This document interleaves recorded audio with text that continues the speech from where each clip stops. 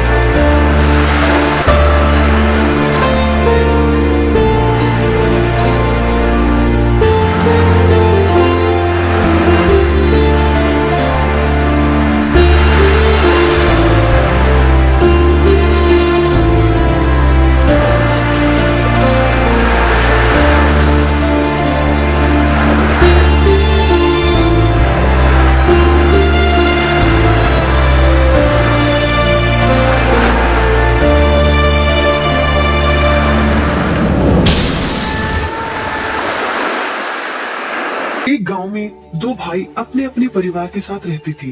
एक भाई अमीर था तो दूसरा गरीब। दिवाली आई, सारे गांव में खुशियां मनाई जा रही, परंतु छोटे भाई के पास तो खाने लायक भी कुछ नहीं था। मैं बड़े भाई के पास मदद मांगने गया। बड़े भाई ने दुत्कार कर बैरन वापस भेज दिया। बेचारा उदास लौट रहा था कि रास्ते में एक बूढ़ा दिखाई दिया। बूढ़े ने उससे पूछा, क्या बात है बेटे, बहुत उदास हो? दिवाली पर तो खुश होना चाहिए। काहे की दिवाली ताऊ, मेरे भाई ने भी मेरी मदद नहीं की। मेरा परिवार भूखों मर रहा है और मैं कुछ नहीं कर पा रहा। यदि तुम मेरी मदद करो, इन लकड़ियों के गट्ठर को मेरे घर पहुंचा दो, तो मैं तुम्हें जो दूंगा उससे तुम अमीर हो जाओगे। छोटा बूढ़े के पीछे चलता हुआ लकड़ियों के गट्ठर को उसके घर छोड़ आया। बूढ़े ने छोटे को एक मालपुआ दिया और बोला, जंगल में जाना, ध्यान से देखोगे तुम्हें एक गुफा का एक मुंह दिखेगा।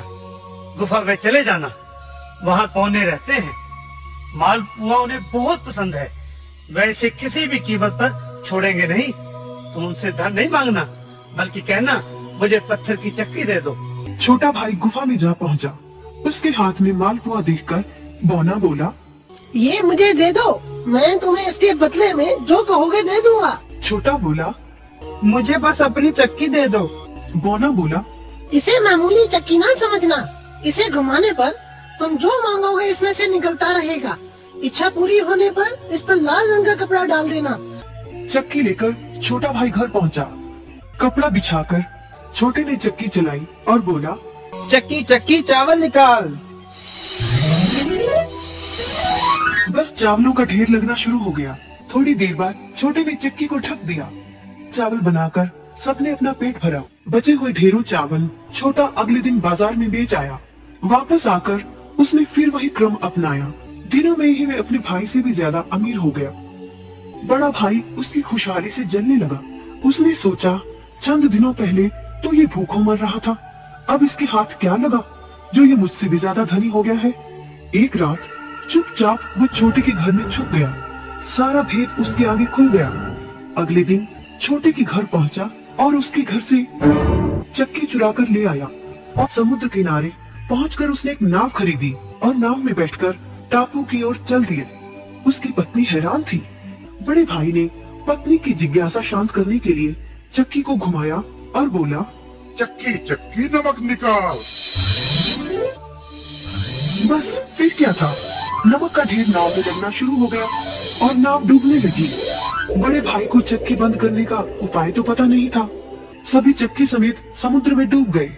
कहते हैं कि चक्की अब भी घूम रही है, तभी तो समुद्र का पानी खारा है।